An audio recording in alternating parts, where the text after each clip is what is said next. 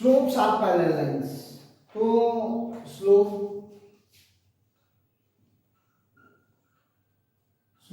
Of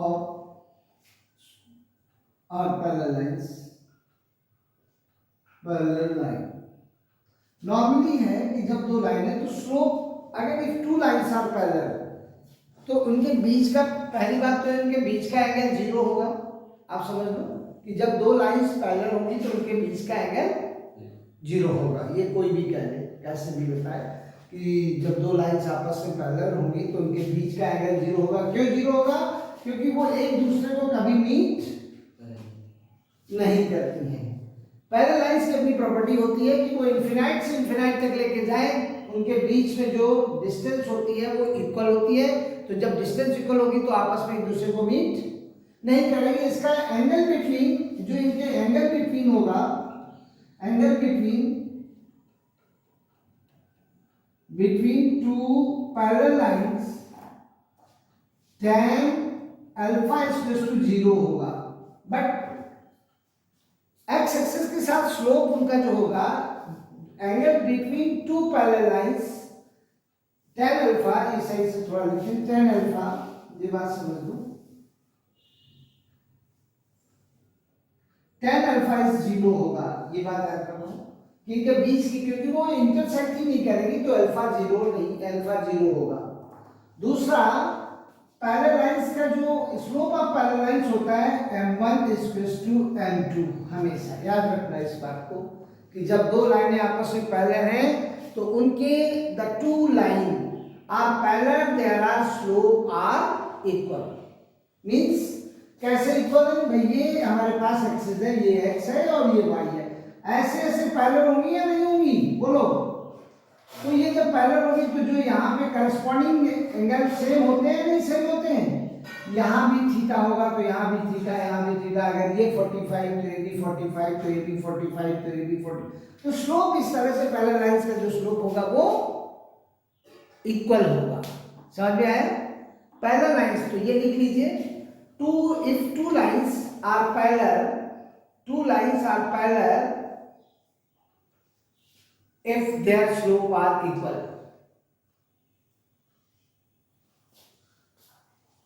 तो इसकी दो लाइन अगर पैरेलल है तो इनके बीच का एंगल जो स्लोप होगा m1 और m2 होगा वो सेम आएगा, ये इक्वल होगा। if two lines are parallel, अगर कहीं पे दो लाइन पैरेलल है तो उनके बीच का एंगल 0 होगा। इंटरसेक्टिंग एंगल दो लाइन के बीच का, क्योंकि वो इंटरसेक्ट ही नहीं करेंगे। और फिर टीचर पूछता भी है आप लोगों से कि भाई ये 0 क्यों हुआ? अरे सर, पैरेलल लाइन आपस में कभी इंटरसेक्ट नहीं करती। जब इंटरसेक्ट नहीं करेगी इसका मतलब है उनके बीच का कोई एंगल ही नहीं बना, तो एंगल 0, तो वैल्यू भी 0, पैरेलल अल्फा इक्वल्स टू 0। ठीक है? तो अब दूसरा, इनका जो पैरेलल लाइंस के बीच में जो स्लोप होता है, slope of parallel lines is always m1 equals to m2, यानी स्लोप सेम होता है। ठीक है? अब इसमें दूसरा, स्लोप ऑफ परपेंडिकुलर। अब दूसरा लिखो, स्लोप ऑफ पैरेलल लाइंस तो m1 इक्वल्स टू m2 होता है। दूसरा होता है स्लोप ऑफ परपेंडिकुलर। तो स्लोप, दो लाइंस के स्लोप का परपेंडिकुलर क्या है उसके बारे में हम बहुत अच्छे से आप पढ़ेंगे। मैंने कहा two lines are perpendicular to each other. If two lines, ये अभी पैरेलल थी, अब हम लिखेंगे if two lines are perpendicular to each other. If two line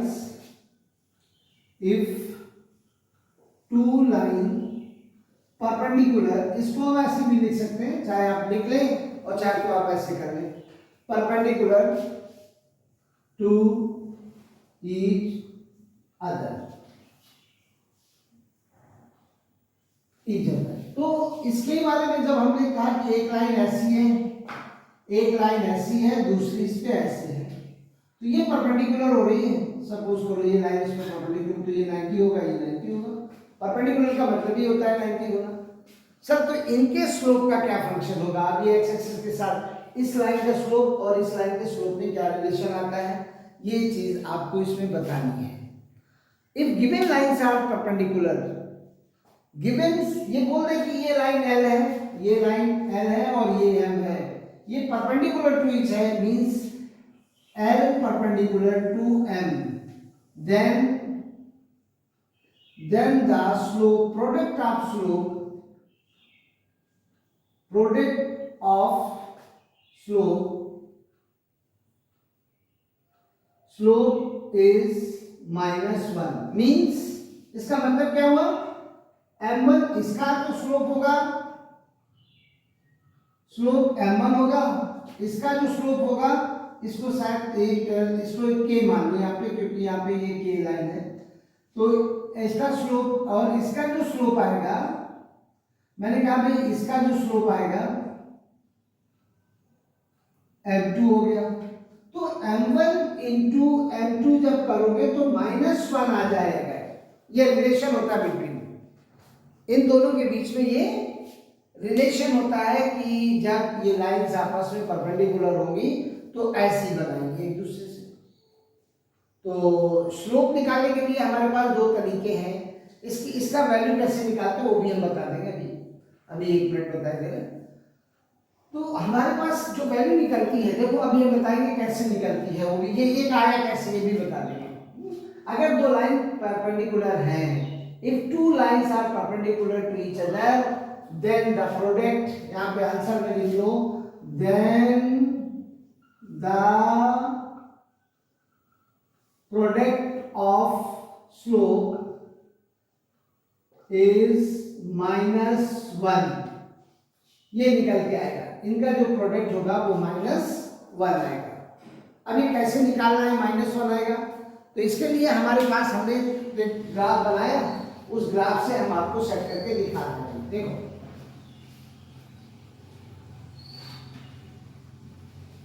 हमने ये बात मान ली कि अगर हमने दो लाइंस हैं अकॉर्डिंग टू, मैंने मान लिया कि let L1 L2 are two lines, मैंने लेट कर लिया, late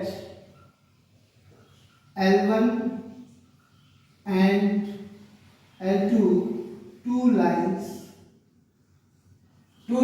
perpendicular to each other, ये हमने लेट कर लिया, two lines L1 and L2 perpendicular to each other. जैसे सपोज कर लो ये हमारे पास कार्टेशियन प्लेन है, एक लाइन ऐसे है और ये थोड़ा सा अच्छा बना लीजिए भाई, ये x है और ये y है, परपेंडिकुलर है तो जाहिर है एक ऐसे जा रही होगी, ये एक ऐसी है और एक ऐसी है, ये L1 है और ये L2 है, और इनके बीच में जो एंगल बन रहा है, सपोज करो ये बीच में जो एंगल बनेगा वो ऐसे कुछ ये है, ये 90 दिख रहा है या नहीं दिख रहा है, बोलो।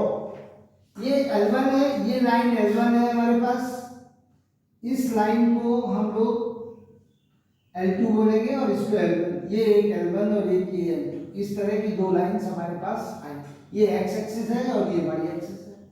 तो इसका थीटा हमने मान लिया कि थीटा 1 है और ये थीटा 2 है, क्यों भाई समझ में आ रहा है? सपोज कर लो ये थीटा 1 है और ये थीटा 2 है, तो ये स्लोप हुआ ना, इंक्लिनेशन हुआ ना, ये इंक्लिनेशन हुआ।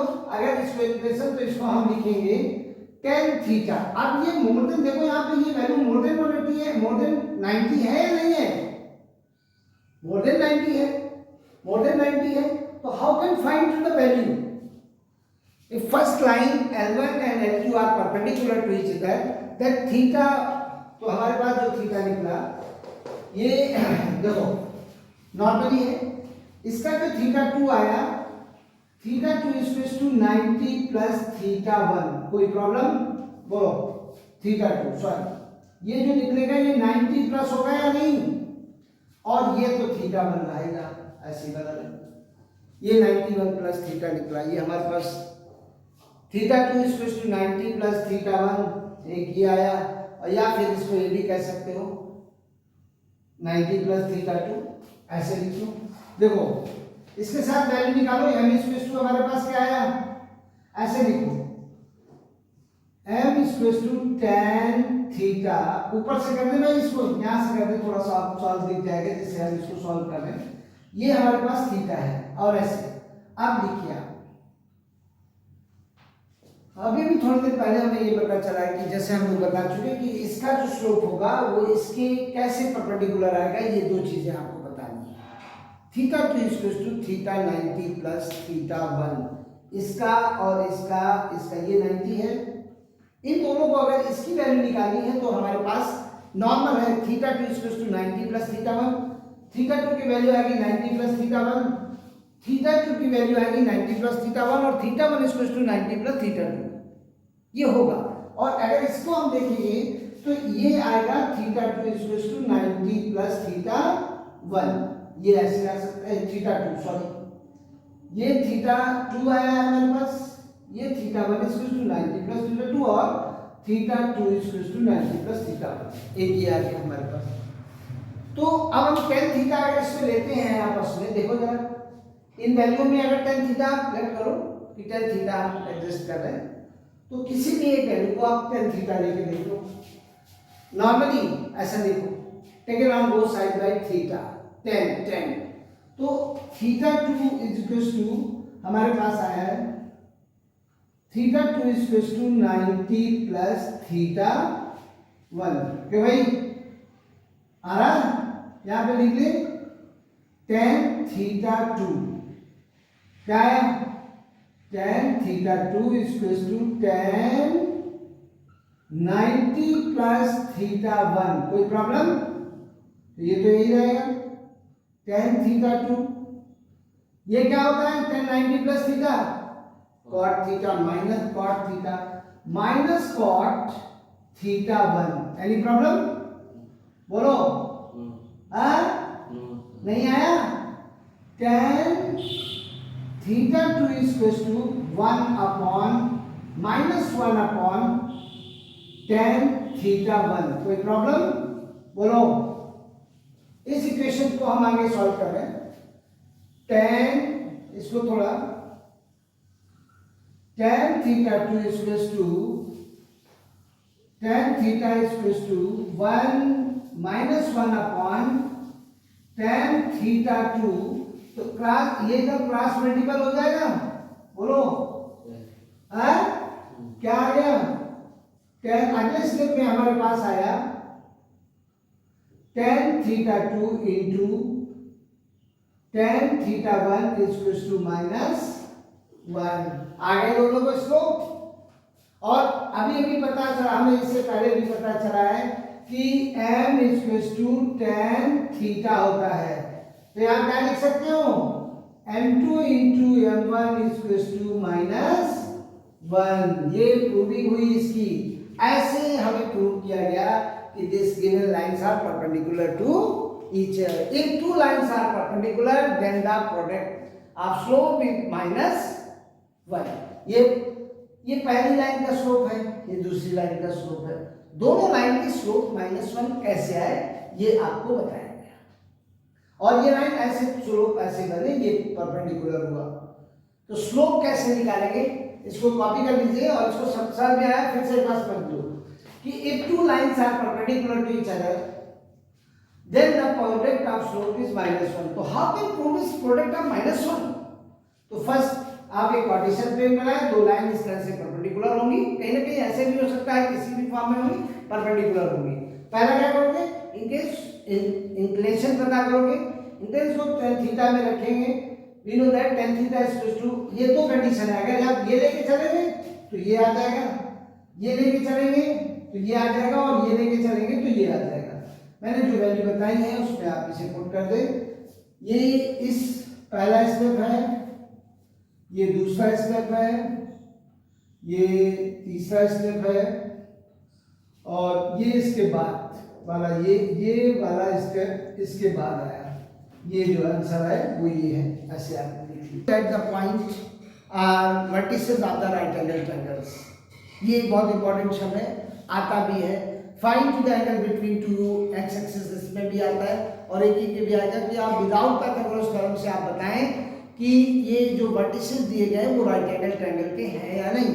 आप तुरंत स्लोप निकालो, tan थीटा इक्वल्स टू, अगर हमारा दोनों के बीच का एंगल, दोनों का प्रोडक्ट m1 into -1 आ जाए, जिसका मतलब वो दोनों लाइनें आपस में परपेंडिकुलर हैं तो राइट एंगल ट्रायंगल है।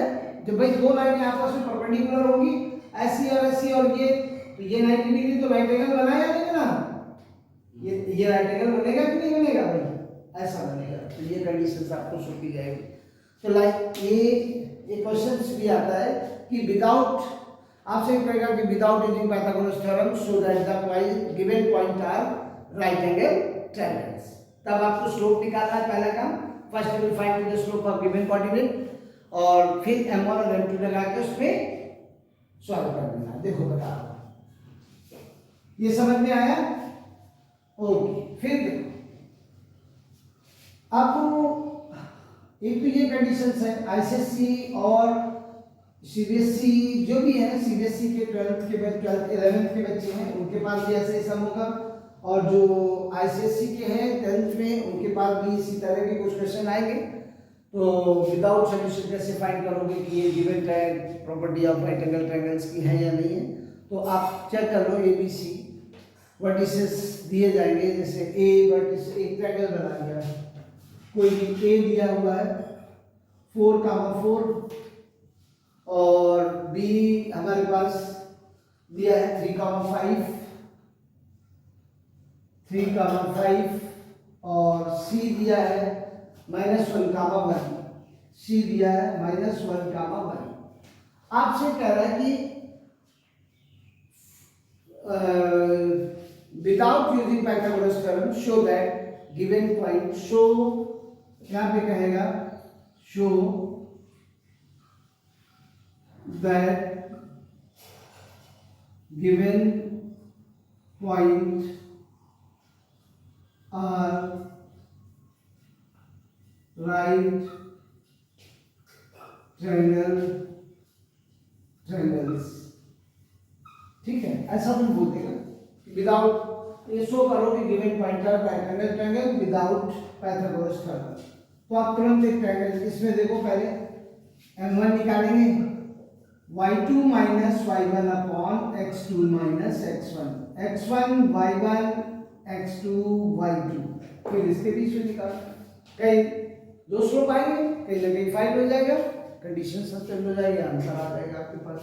तो पहला है हमारे पास 5 माइनस 4 अपॉन 3 माइनस 4, आंसर आया बेटा 1 by -1, इट विल बी -1, ये आ गया।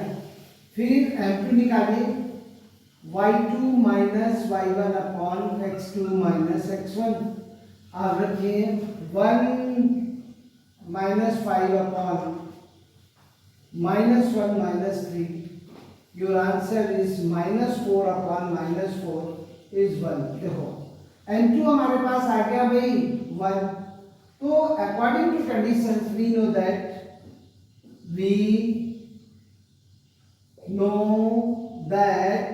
if m1 into m2 is equals to -1, then the given line perpendicular to each other. तो m1 क्या है, -1 into 1, it will be -1, -1 is equals to -1, LHS is equals to RHS. So given coordinate जो हमारे पास है, ये right angle triangle जिसमें B right angle है, B point ऐसे, ये वाला जो पॉइंट है B राइट एंगल है भाई, ये वाला जो प्रॉपर्टी बनी हमारे पास, ये राइट एंगल ट्रायंगल्स की है, ये 3,5, ये 4,4 और ये -1,1, ये राइट एंगल है, ये गिवन पॉइंट्स, क्योंकि बिकॉज इनका m1 और m2 -1 प्रोडक्ट का, m1 और m2 का प्रोडक्ट -1 आ रहा है, ऐसे प्रूव हो जाएगा। We know that the slope of parallel lines are equal. अगर स्लोप पैरेलल लाइंस हो जाए, इक्वल हो जाए, यानी पैरेलल हो जाए, तो वो पॉलिनोमियल है।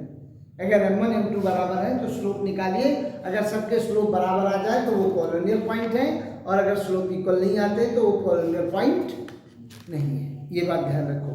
आप लोग के क्वेश्चन से ऐसा आ सकता है कि कहेगा, नॉर्मली आपसे बोलेगा use the slope determine which are the following sets are 3 pointer collinear or not. तो कॉलोनियल होने का मतलब है पहले आप स्लोप निकालो उनके बीच का, अगर स्लोप सेम हो जाए तो कॉलोनियल है, पैरेलल है, और पैरेलल हो तो जरूरी नहीं कि वो अलग अलग लाइन पे लाइन हो सकता है, तो इसलिए कॉलोनियल है। ये भी पॉइंट है, पॉइंट कॉलोनियल हो सकते हैं। तो यूज बाय स्लोप, तो इस तरह से हम लोग एक वैल्यू निकालेंगे। दूसरा इसमें सबसे अच्छा तरीका आता है, ये जितने भी स्लोप निकालने के लिए हमने सारे सम बताए। अब दूसरा जो आता है, अब आता है इक्वेशन ऑफ स्ट्रेट लाइन। अब हम लोग शुरू करेंगे equation of straight line. Normally equation of straight line का मतलब है कि आप बहुत पहले ही पढ़ चुके हैं। Equation of straight line, equation of straight line parallel to x axis, equation of straight line parallel to Y axis, और equation of straight line parallel to Y axis, और प्लेन स्लोप के फॉर्म में हो equation निकालना है तो कैसे निकालेंगे, बहुत सारे इक्वेशंस आते हैं। पहले तो आप एक बात समझ लो कि जितने भी टू वेरिएबल इक्वेशंस हैं वो सारे इक्वेशंस ऑफ स्ट्रेट लाइन ही होते हैं। जैसे ax + by + c = 0, ये जो कंडीशंस आई वो स्लोप ऑफ पैरेलल लाइंस ही होता है। आप ये दिमाग में रखिए कि जो मोस्टली जब हम लोग अब सीखेंगे कि equation of straight line parallel to x axis, equation of straight line parallel to Y axis. तो इक्वेशन ऑफ स्ट्रेट लाइन, ये equation of straight line parallel to x axis. अब थोड़ा सा पॉइंट है, equation of straight line parallel to x axis and y axis. भाई x axis और y axis के parallel का मतलब है, अगर कोई लाइन एक्स एक्सिस के पैरेलल है, इसका मतलब है this line does not intersect of x, वो एक्स को कहीं नहीं मीट करेगी, तभी तो पैरेलल होगी। भाई पैरेलल लाइंस की प्रॉपर्टी होती है कि अगर कोई लाइन एक्स को मीट नहीं करती है तो वो एक्स एक्सिस के और बराबर अपनी दूरी बनाए रखती है एक्स से, ऐसे वो ऐसे ये हमारे पास एक्स एक्सिस है, ये एक्स डैश, ये वाई और ये वाई डैश। अगर एक्स एक्सिस के पैरेलल चलेगी तो ऐसे चलेगी ना, ऐसे चलेगी। ये एल लाइन है, ये एम लाइन है, कोई भी ऐसे। इसका मतलब हुआ हमारे पास जो भी ये लाइन होगी वो किससे मीट करेगी, वाई एक्सिस को मीट करेगी, है ना। The equation of x axis parallel to line, it means y = k। Suppose करो ये वैल्यू हमारे पास यहाँ पे ऐसे ये 1 2 3 4 5 6 7, तो ये इस पॉइंट का जो कोऑर्डिनेट है वो 0,7 है। तो दिस इज द इक्वेशन, इस लाइन का जो इक्वेशन होगा y = 7, y = 7। आप लिख सकते हैं y = 7 बस, या y - 7 = 0। ये आ गया। क्यों? क्योंकि वो x को मीट ही नहीं करेगी। अब the equation of x axis is y = k। इसका एक फार्मूला याद रखो, equation of x is y = k। k means जो भी यहाँ पे वैल्यू दी जाए, आपके पास ये लाइन यहाँ पे 1 2 3 4 5 6, ये इस पॉइंट का कोऑर्डिनेट होगा 0,-6। इस पॉइंट का कोऑर्डिनेट होगा 0,-6। इस लाइन का इक्वेशन आपके पास निकलेगा y = -6, y + 6 = 0। ये आ गई x एक्सिस पैरेलल लाइंस का इक्वेशन। क्या आ गया? x axis parallel line equations. ये x एक्सिस के पैरेलल लाइंस का इक्वेशंस है, और ये x एक्सिस के पैरेलल है। तो इसका दो ही फार्मूले हैं आपके पास। अगर y एक्सिस के पैरेलल चलता है तो x को वो y को मीट नहीं करेगा, x को मीट करेगा, और जो कोऑर्डिनेट को जिस पॉइंट पर अभी तो यही सीखो। अब y एक्सिस के पैरेलल लाइंस कैसे आएंगे? ये था x एक्सिस के पैरेलल लाइंस, और y एक्सिस पैरेलल लाइन कैसे निकालोगे? x = k। ये याद रखो कि ये होता है भाई। अब लाइन जैसे चलेगी तो वो ऐसे पास आउट होगी ना, ये x है और ये y है हमारे पास, ये x डैश है और ये y है, तो लाइन ऐसे निकल रही होगी ना, ये l लाइन है और ये कोई m लाइन है। तो ये 1 2 3 4 5 6 7 8 9 ऐसे 1 2 3 4 5 6 7 8 9, ऐसे कुछ। तो ये देखो इस पॉइंट का काम होगा 10 कामा 0 और इस पॉइंट का ये जो कोऑर्डिनेट आएगा 10 कामा 0 और ये आएगा 1 2 3 4 5 6 7 8 9 और ये 10 का -10 कामा 0। ये कोऑर्डिनेट इस पॉइंट का है और ये कोऑर्डिनेट इस पॉइंट का है। तो अब इसका इक्वेशन क्या होगा, x = 10 x - 10 = 0। ये इस लाइन का इक्वेशन है, इसके पैरेलल टू y एक्सिस। और इस लाइन का इक्वेशन क्या निकालेंगे आप, x = -10 x + 10 = 0। ये किसका इक्वेशन है, इस लाइन का इक्वेशन है। तो पैरेलल लाइन के लिए कुछ बहुत ज्यादा दिमाग नहीं लगाना है। जब कोई, ये तो अभी हमने नॉर्मल बताया, अब ये क्वेश्चन आएगा कि ऐसा ही क्वेश्चन लिखा होगा आपके पास, ये तो नॉर्मल है। अब एक इक्वेशंस पैरेलल लाइन का एक ऐसा लिखा होगा, कहेगा कि line passing through two point 4,3, एक कोई लाइन है आपको 4,3 से जा रही है, ऐसे ये पॉइंट होगा, ये 4,1 2 3 4 यहाँ पे होगा और 1 2 3 4 5 6 ये 6,4 से लाइन, यहाँ से कोई लाइन पास हो रही है parallel to x axis, parallel to x axis, मतलब ऐसे जाएगी वो लाइन। तो इसका इक्वेशन क्या आएगा, y = 4 y - 4 = 0। आपको इस लाइन का इक्वेशन निकाल दिया। अब ये तो x एक्सिस के पैरेलल है, ये किसके पैरेलल है, x axis parallel line, axis parallel line. और अगर यही ऐसे लाइन निकल जाए, यही लाइन इस पॉइंट से जो होकर लाइन जा रही है वही ऐसे निकल जाए, तो इस लाइन का इक्वेशन होगा बेटा y = 6 x - 6 = 0। ये लाइन का इक्वेशन होगा y एक्सिस पैरेलल लाइन का इक्वेशन। ये y एक्सिस पैरेलल लाइन, एक ही पॉइंट से दोनों लाइन का पैरेलल लाइन का इक्वेशन क्या होगा। तो ये x एक्सिस पैरेलल लाइन का इक्वेशन था, ये y एक्सिस पैरेलल। अब पॉइंट ऑफ स्लोप, अगर आपको एक पॉइंट और एक स्लोप दिया जाए, when we are given one point and one slope, find the equation of line, वो कैसे निकालो। ये आया समझ में, x एक्सिस के पैरेलल लाइन का इक्वेशन, y एक्सिस के पैरेलल लाइन का इक्वेशन कैसे निकालेंगे। उस गिवन पॉइंट से अगर x एक्सिस को पूछता है तो आपको y x एक्सिस के पैरेलल लाइन का पूछता है तो x को बंद कर लो, y दिख रहा है, ये आ गया।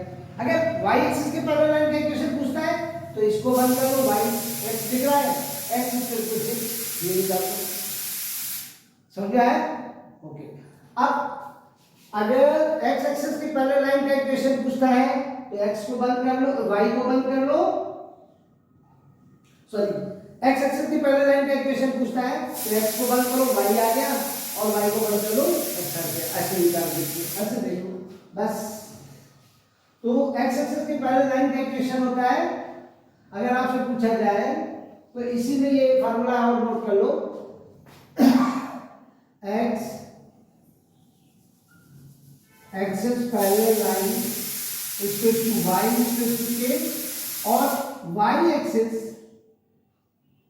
Axis parallel line x = k। ये दो इक्वेशंस हैं जिनको आप फाइंड कर सकते हैं। ये ऐसे दो इक्वेशंस हैं, समझ आया, ओके। अब एक और नई चीज आ गई, जानते हो, अब आएगा when we are given one point and slope. अगर आपको ऑलरेडी स्लोप मिल जाए और एक पॉइंट मिल जाए या इंक्लिनेशन मिल जाए, तब आप कैसे किसी लाइन का इक्वेशन बनाओगे, ठीक। तो उसके लिए मैं बता रहा हूं,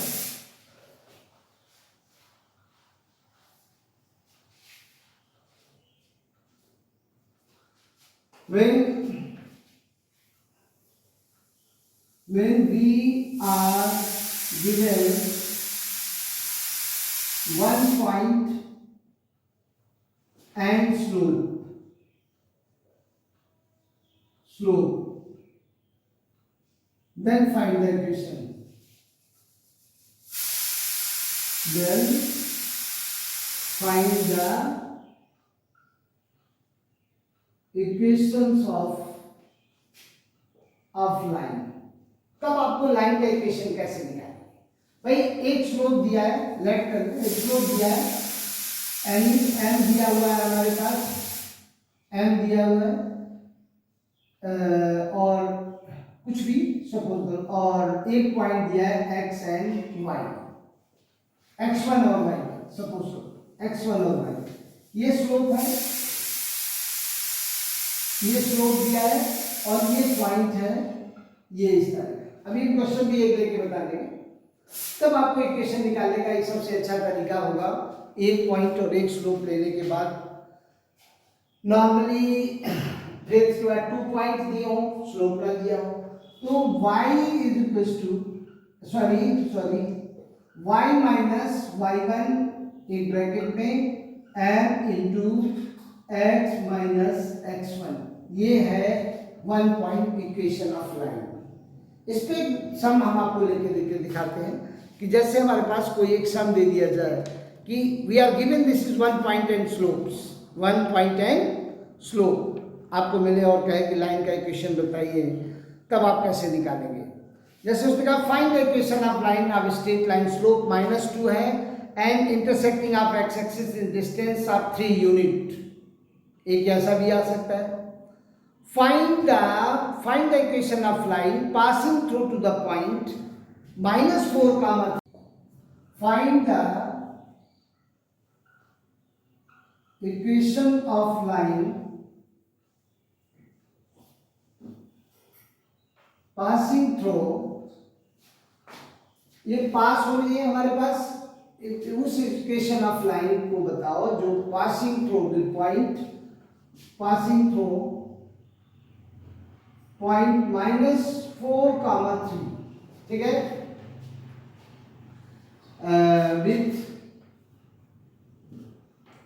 with slope,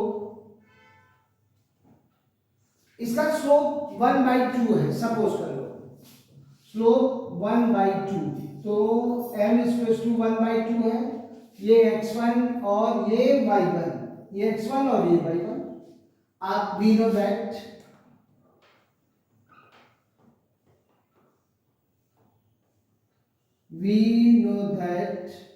y minus y1 is equals to m into x minus x1, y minus y1 क्या है बेटा, plus -4 is equals to m क्या है 1/2 into x minus x1,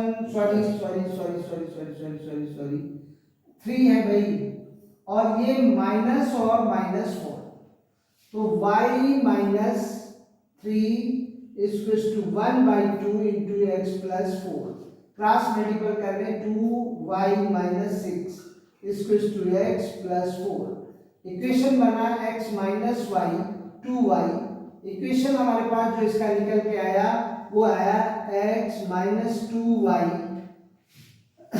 plus 10 is equals to 0, ये बन गया भाई। ये वाले सबसे ऐसा समय का आपको इस तरह से करना पड़ेगा, ठीक है। When we are given 2 point, अगर आपके पास 2 पॉइंट दिए जाए और इक्वेशन क्या है, फाइंड करो, find the slope of line. एक और, when we are given 2 lines, 2 point, अब आपको 2 पॉइंट दिए जाए और इक्वेशंस बताना है, 2 point, find the equation of line straight line passing through 2 point, ऐसे find the equation of line, find the equation of line passing through 2 given point. दो given point से कोई भी लाइन पास आउट हो रही है, कैसे निकालेंगे? पासिंग थ्रू 2 फिक्स पॉइंट को गिवन पॉइंट, तो वो पॉइंट है सपोज करो x1 y1 and x2 y2, तो इसके लिए इक्वेशन बना है आपके पास y minus y1, देखो पहले तो हम स्लोप निकालें। पहला काम है, जब आपके पास इस तरह की लाइन आए तो पहले एक ही तरीका होता है कि आप उसे स्लोप निकालें। तो पहले स्लोप ऑफ लाइन, कौन सी लाइन है, वो ये लाइन है, कोई ये लाइन है, ए पॉइंट है और ये बी पॉइंट है। तो स्लोप निकालो पहले, मीन एम निकालो पहले। सबसे पहले आप एम निकालो, क्या होता है y2 minus y1 upon x2 minus x1। ये रख लिया, आ गया y2 minus y1 upon x2 minus x1। अभी भी थोड़ी देर पहले में फार्मूला पढ़ा था x minus sorry y minus y1 into y2 minus y1 upon, यहाँ पे हम लोग m लिखेंगे इस x माइनस x1 आ जाएगा, y माइनस y1 यहाँ वैल्यू पुट करो, y2 minus y1 upon x2 minus x1 is x minus x1। ये आ गई आपके पास।